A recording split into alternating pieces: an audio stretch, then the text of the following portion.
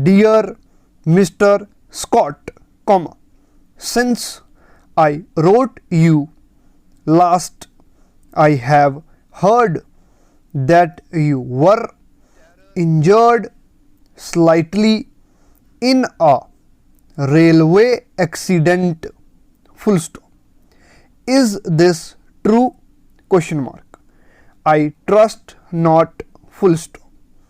If it is, you are not likely to be improved by my letter. Full stop. If it is not, you will pardon my mentioning the report. Full stop. In any case, comma, you might send me word, comma, and if you can spare the time, comma, perhaps you will come over on Monday. Full stop. If you cannot arrange this, comma, please inform me from time to time how you are getting on with the new business, comma, to which it appears you are devoting yourself. Full stop.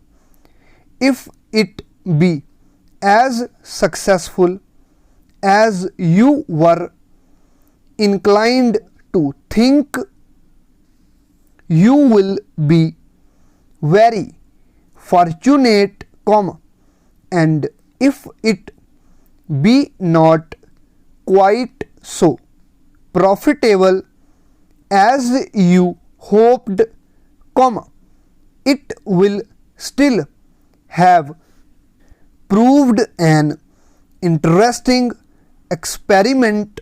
Full stop.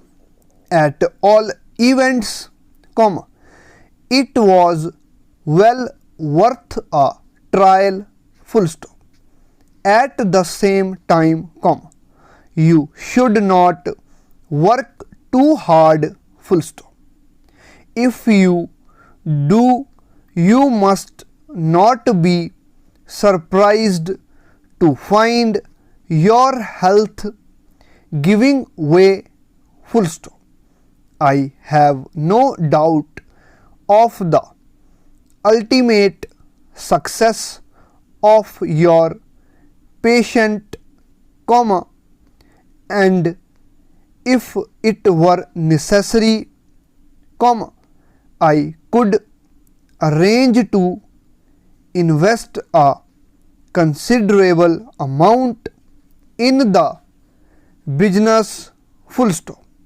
I cannot do anything in the matter of the shares you spoke about until I have seen you again. Full stop. I cannot see that there is any hurry about the affair. Full stop.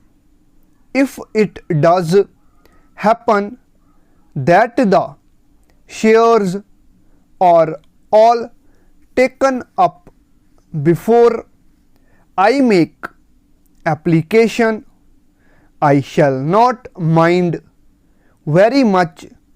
Full stop. I am trusting, comma, however, comma, that you will be able to pay me a visit on Monday and explain matters. Full stop.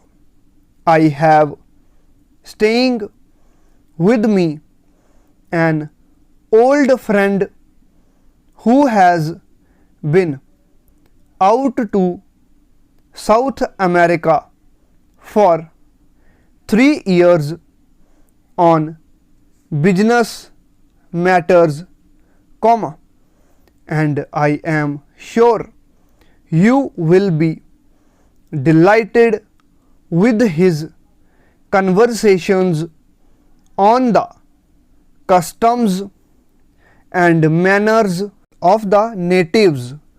Full stop. Your truly, Thomas Macon. Close.